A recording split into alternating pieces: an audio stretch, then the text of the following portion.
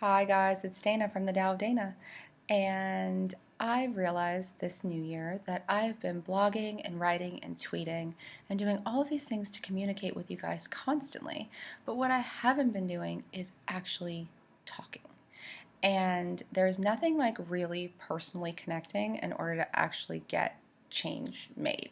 So here I am, vowing in the new year to actually talk to you guys and hopefully explain in a better way so that you can really truly apply some of the feng shui and lifestyle makeover stuff that I study and do incessantly to your own house to hopefully have a happier, healthier, more balanced space and more balanced life. So, without further ado, let's talk about getting personal. First of all, why do you need to get personal in the first place? What does it matter? This is the basic tenet of all feng shui. No matter what mystical attachment some people might say there is, the basic part of the feng shui, pyramid school feng shui that I study is that we are mind and body, most of us agree, and some of us say we're also soul, but all these components of who we are need a place in which to interact. Basically, without a place, we can't exist as we know it in our physical bodies in this life. So, place is the ingredient that's often ignored because place is the thing that we take for granted. Now, if you actually set up your place in a specific way, you would see deliberately how much that place influences you. We all know there are certain spaces that make us feel better. There are certain spaces that don't make us feel as good. Some people are more sensitive to environments. Some people don't really care. Across the boards, when everyone I know has made a deliberate attempt to set up their space in a way that makes them happier, they are happier. So, let's talk about making your space a little bit more personal in the new year, because when it is a little bit more personal, you are more connected, and when you are more connected, you have better feng shui intuitively. So without all of the extensive knowledge of feng shui, right here, right now, you can give yourself a feng shui makeover. So walk through your house and be honest. Sometimes being honest is the hardest part of the whole process. Walk through your house and be honest and think to yourself, gee, could someone walk into my space and say, this is Dana's house? For me, yes, because my house looks like it's straight from the 70s. It's actually a mix of the 30s and the 70s. That's my personal aesthetic. You guys know what I like, you see what I like, you get what I like. Some of you are inspired by it, some of you don't care, but I know what I like. What do you like? That's what matters.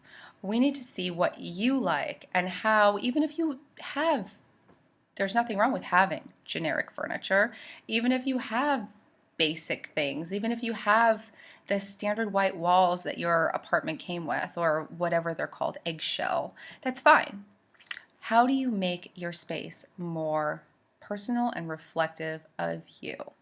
So, part two of this exercise is, once you can see how generic or non-generic your place is, how can you enhance the parts of your space that are not reflecting you now, or that you've outgrown and you need to get rid of and change? So look through your house. Are there old hobbies that are laying around that you just don't care about anymore that you could get rid of? Are there knickknacks and reminders that you don't want to be reminded of anymore, and things that you want to put into your life that you could add to your space? These are the kinds of things you want to think about when you look through your house. So for instance, if you had an ex-boyfriend who gave you a bunch of artwork, like I did at one point, one day I woke up and thought, I think I need to get rid of this stuff. And I did. And my space felt very different. Objects connect us to space in a very, very personal way. The second part of finding what makes you feel at home is actually thinking about home, where you grew up, what you identify with as home. If you grew up in a transient type lifestyle, there might have been one thing, whether it's a pair of slippers or sweatpants or a book that you had that you held sacred, or a journal that you wrote in, that made you feel more at home. You need that. whatever it is. It could be the dishes that you had in your kitchen. It could be anything really. For me, it was a Humpty Dumpty nightlight that I had in my bedroom as a child that made me feel at home. And so I found a grown-up version of the same thing that makes me feel at home in my space. This is very personal. This is not something that people would even notice perhaps if they came into your house, but you notice, and that is what is important. A special note for people with roommates or who live in a house or dorm with lots of people in school is that you might not have communal spaces that you can make personal, but you always have a space, even if it's a wall, a locker, any one space that you can claim your closet for yourself. You can personalize that. Paint it your favorite color. Put up contact paper that's your favorite color. Uh, like paste it full of pictures of your favorite things cut out from magazines. Whatever it is, there's always a way to improve every single space, and it doesn't have to be complex. So hopefully this helped you to start thinking about ways in which you could get more personal in the new year. And on a personal note, I vowed to stop texting a lot of my friends in the new year because I find it highly impersonal, and actually talking with them, hopefully face to face, as much as possible.